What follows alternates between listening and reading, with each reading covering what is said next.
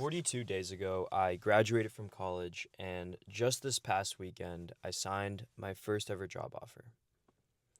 And I was going to make an inspirational video about how it's possible to get a job, even in this market, and how you should chase your dreams and you should work hard, and all the ways to find opportunities in this world, even when it seems like there aren't that many. I was going to talk about abundance mindset and all this shit that you already hear on the internet. But frankly, that's not what I really want to talk about. I mean, I'm happy to if it helps someone, but I feel like all that shit's been said and done. And I do think a lot of these mindsets, abundance mindset, searching for opportunity, creating opportunities, it's important. But for me, all of this comes with a cost. The success mindset, when you spend your whole life chasing these goals, pushing yourself to the limit, and seeking more, it's really easy to constantly be looking around the corner. It's easy to forget to be grateful. It's easy to forget all the good things that are already in your life when you're constantly looking for more, looking for the next thing.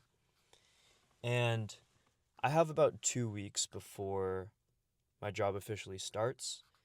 And in these next 2 weeks, I'm really trying to take time to slow the fuck down. Because for the past 4 years, through college, through starting multiple businesses, through running track, and all these journeys that I've been on, doing door to door sales, working as an EMT, traveling the world, I've never really felt the ability to slow down. Even after I made nearly $50,000 in 2 months last summer, I took some time off to travel and to find myself and to reorient my priorities. And even then, I noticed, even though I'd been working so hard and was looking forward to this vacation for so long, I found myself in this apartment in Hawaii, and then a week later in Bali with my best friend. And I was living the dream. I was living the life that everyone wants, being free, being financially free, having the full time and space to just relax, feeling successful, like feeling like I really earned it. But even in those moments, I couldn't rest. I had no peace. I couldn't sit still. It felt like my heart was just still aching for more and that I couldn't be satisfied. And I think it's okay to want to keep moving, to want to keep growing. But there's a level of, I don't know how to describe it. There's a level of perpetual dissatisfaction, a level of constant frustration and discomfort with myself that I feel like I'm running away from when I chase success.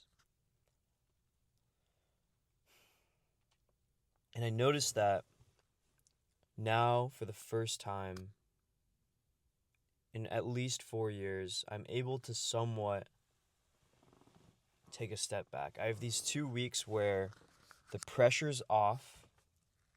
I don't need to be constantly selling myself, as I always am. I have this job lined up, and I'm ready. I'm about to start a new chapter of my life. Even more so than when I graduated, because when I graduated, there was this pressure to find a job, to network, to get connected and work my way into something. And now that something has come, and I have 2 weeks to really chill the fuck out and reorient my priorities, it feels like this liminal space where I actually know what's coming next. And I really want to take the time to reflect on my life and who I am and what I want to do going forward in this next chapter.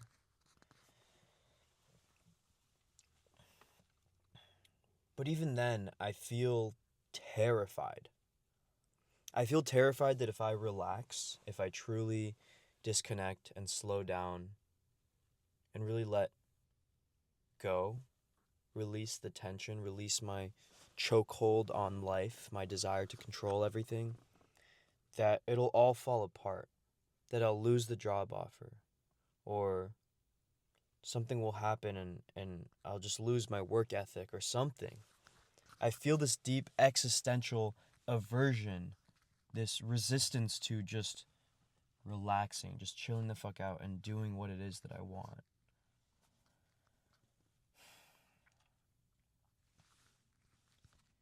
And I don't know what to do with that. Because the same fear that comes up when I try to slow down is the same fear that creates my success. It's the same fear that's helped me make around 6 figures as a college student. It's helped me go from the worst, slowest kid on JV track to running in a college sprint team.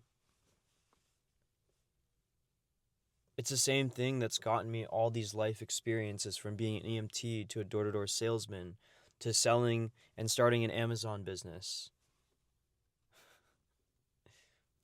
All these different adventures, right? I've been to countless, I don't know, probably 10 countries in the past 4 years.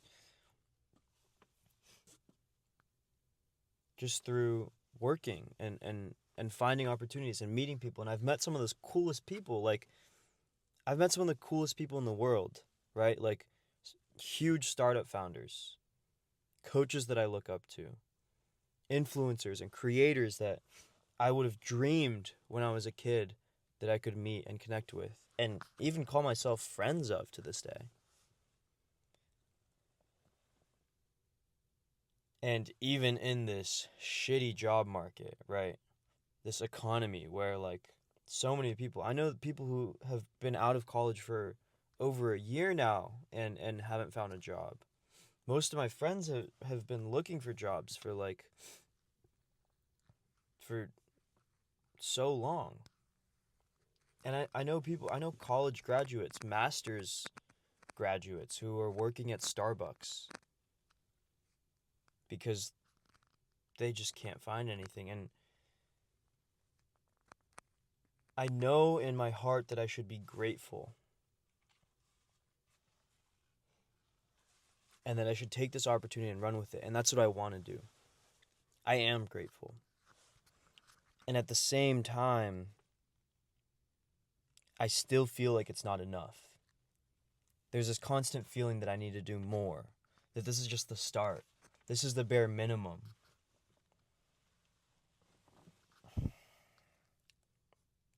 And I don't know how to let go of that. I don't know how to turn it off, because I know it's okay, like, it pushes me sometimes, but I don't know how to turn it off. I don't know how to go on vacation. I don't know how to chill the fuck out and relax.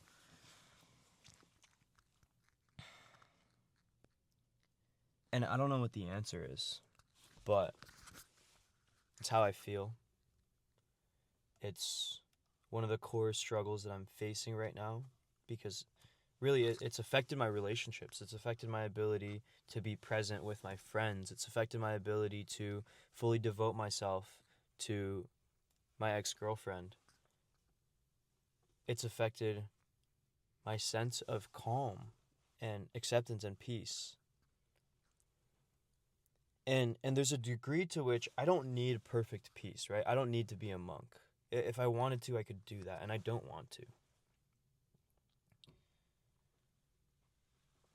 But I really want to shed this layer of shame and fear that's, like, pulling me in a direction that I don't really care about, but it's making me run for the sake of running, not because I like running or because I'm running towards something I want, but because I'm running away from something I don't want. And it's like, if I'm constantly running away from something, then I'll never have the time to slow down and actually figure out what I want to run to. It's freedom from versus freedom to. Freedom from is the ability to escape something. But once you've gotten out of prison, that's not all there is to life. Now you have to orient yourself. You have to direct yourself to what's next.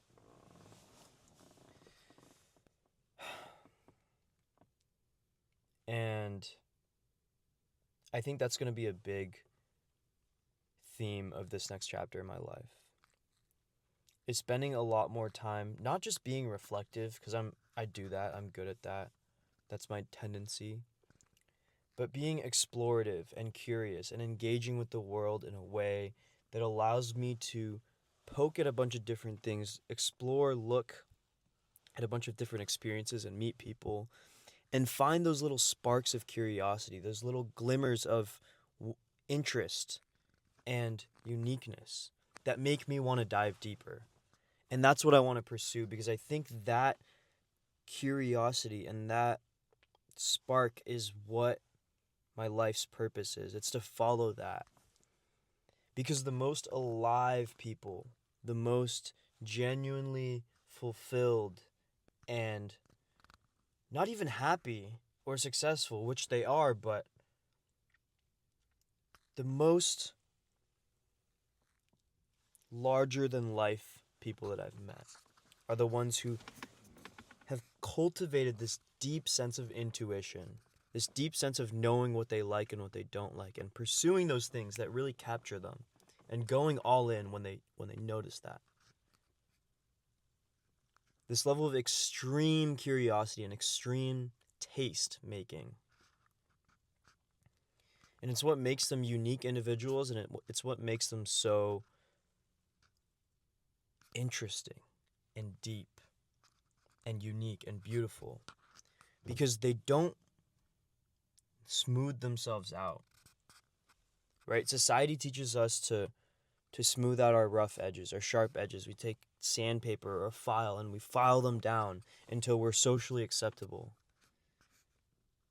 And once you file down enough of the sharp edges, you just turn into an amorphous blob with no personality, no uniqueness. It's those sharp edges that make us fascinating individuals. It's those sharp edges that make us who we are. And so in this next chapter of my life, my goal in my early 20s, I'm turning 23 in a couple months, is to really sharpen my sharp edges, really cultivate those unique things about me, and dive deeper in the things that catch my attention, catch my interest at a deeper level than just brain rot, reels, YouTube shorts, TikTok. Like, I've been reading a lot lately. I've been watching 1 to 2 hour long YouTube videos. I've been listening to podcasts. Getting into longer form content has made me feel more alive.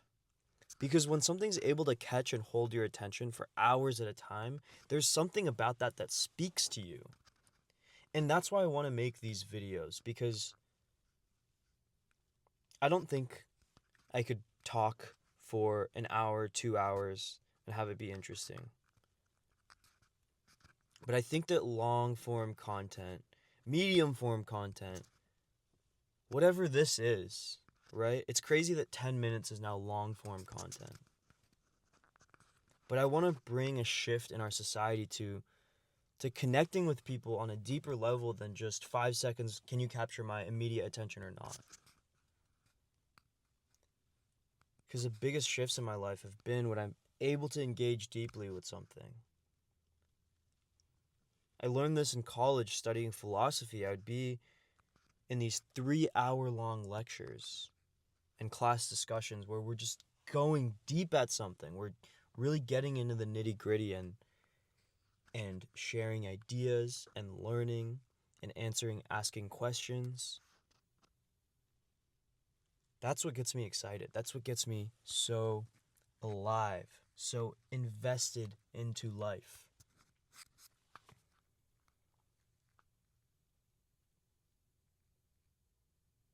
And I feel lost as ever. I've made over 40 videos now, haven't really gained any substantial traction on this channel, but this feels like the right thing to do. And I want to continue investing energy into this because there's something about it that has the spark, that I just love yapping. I love teaching things. And not only that, but this is helping me understand my own life journey and I don't want to say purpose, but my purpose.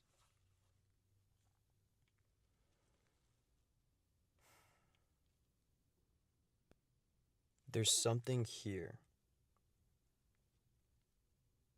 in this format, and whatever it is, I hope to spread it to more people. I hope that it resonates with people and that I can help someone, anyone out there, feel more like themselves, feel like their fears or their worries and anxieties are not unique to them, feel like their dreams are possible beyond what they even imagined.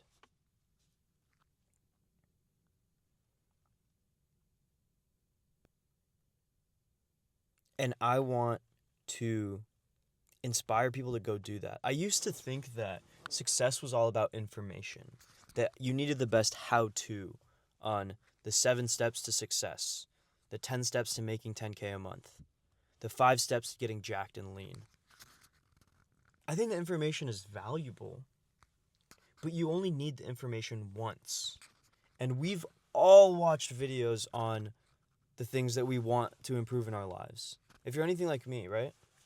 You probably have the information. You probably know what the fuck you need to do. Like, if you really sat down and asked yourself, forced yourself to type out a Google Doc, just a one-pager of exactly what you need to do with your life right now, you probably know exactly what you need to do.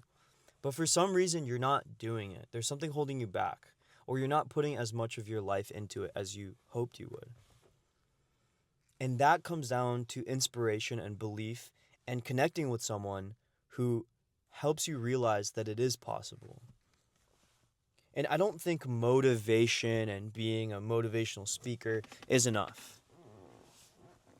The people who've truly motivated me and caused me to take the most action and make the most change in my life were not just motivational in the sense of just saying Gary Vee and Tony Robbins quotes, but they actually demonstrated what it was like to go from a state of deep despair, a state of being a complete loser in their life, to actually transforming. They showed that transformation through themselves, through their own story. And that was what gave me hope, because I was a complete fucking loser in middle school, in high school. I genuinely thought I wasn't going to make it. And I watched these YouTube videos. I stumbled into these YouTube videos that were animated fucking cartoons of doomers becoming new versions of themselves. Because I couldn't even watch real influencers. I had so many beliefs and excuses that, oh, they must have had it easy, you know. They were 6 foot. That's why, like, or they were always attractive, or they just had better genetics than me, or they had rich parents. It's like, I would make every excuse in the book, but I watch these cartoons and it's like, I can't make an excuse about a cartoon. Even if it's completely fictional, it gave me more inspiration because it showed the depths. It showed the depths of despair.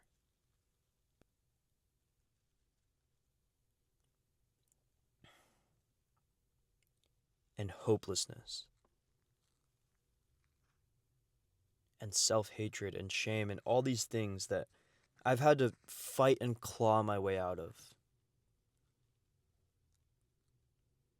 And if I've learned anything in the past 10 years of self-development, it's that it's possible to claw out of that shit. But on the other side of it, there's still shit to deal with. There's no perfect resolution, right? I'm still dealing with these fears, this shame, this sense of insufficiency. Even if on the surface I've improved a lot of things, I'm confident about my body, I'm confident in my social skills, my ability to talk to people, connect with people. I know how to make money. But it's still a journey. And I think the majority of the journey is in here and not out there. So yeah, longer video. Appreciate you sticking around. Let me know what you think, if this resonated with you. I feel like I'm saying the same goddamn outro every damn time. Hopefully I figure out something that's more coherent or original, or maybe not, and I'll just keep rambling because this is another way that I love the meta commentary about my whatever I'm talking about. But anyway, thank you for watching. Leave a comment if you enjoyed. Tell me about your experience. Ask me questions. I want to get to know you, especially if you spent 20 minutes of your day listening to me fucking ramble and yap. That means there's something that we have in common, and I want to know what that is. Because I want to help. Or at least lead the way. Show that there is a way. So that's all I got. Thanks again for watching, and I'll see you tomorrow. Peace.